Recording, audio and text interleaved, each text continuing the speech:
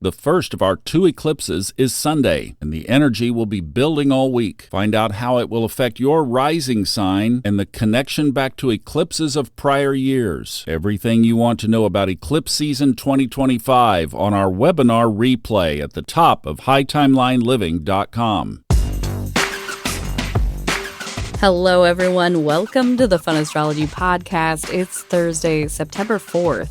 We have a real dynamic day in the sky, and it feels like the universe is asking us both to see the vision and take the action. We start early this morning with the moon finishing up in Capricorn. It makes a closing sextile to Saturn in Pisces around 6 a.m. Eastern. That means this void of course phase is stabilizing and grounding. It's almost like tying up loose ends or checking something off of the list before you head out the door. Then the moon slips into Aquarius just 24 minutes later, and that's when things get interesting because once the moon enters Aquarius, it immediately connects into what Thomas and I have been calling the Great Pyramid of Outer Planets. Here's what that means. The moon meets Pluto in Aquarius, it sextiles Neptune in Aries, and it trines Uranus in Gemini. That creates a channel of energy through 3 outer planets at once.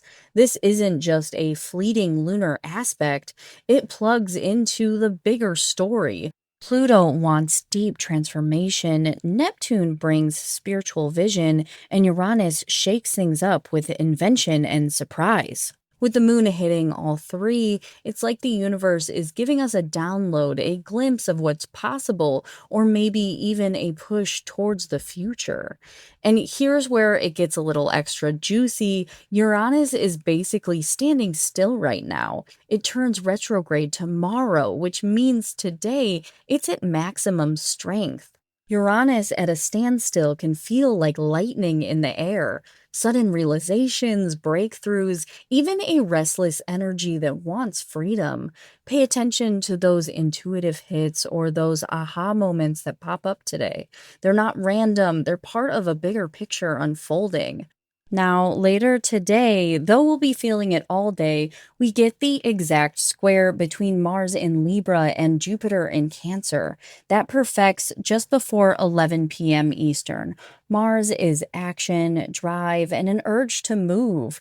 In Libra, it wants fairness, balance, and maybe even some people-pleasing. Jupiter in Cancer expands our feelings, our family story, and our sense of belonging. When these two square each other, it can often get hot, overreaction, overdoing, something blown out of proportion, especially in relationships or family dynamics. But there's also a gift here. Mars and Jupiter can be incredibly courageous. It can give us the drive to act on our values, to step into fairness or harmony in a way that's supportive and nurturing, not just reactive.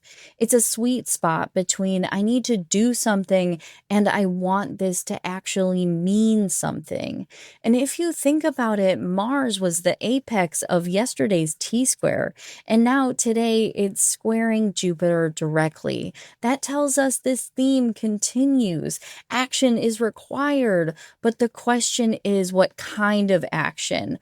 Thoughtless action just creates more heat, but conscious action guided by the vision from the outer planet pyramid, that could be a turning point. So here's the takeaway. Today's just not about receiving insight, it's about deciding what to do with it. You might get flashes of clarity, downloads, or even disruptions that show you what you need to change. Instead of letting them float away, write them down, anchor them, and take one curious step towards the future. And remember, we are heading into an eclipse this weekend. The energy is building. So think of today as a gear shifting day, and the universe is asking you, are you ready to move forward with the vision that you've been given? If you missed the eclipse webinar from the weekend that Thomas and I gave, there is a replay at hightimelineliving.com. He will be back with you tomorrow to set up the weekend and the full moon eclipse, and I will be back with you next week. Until then, much love. Talk soon.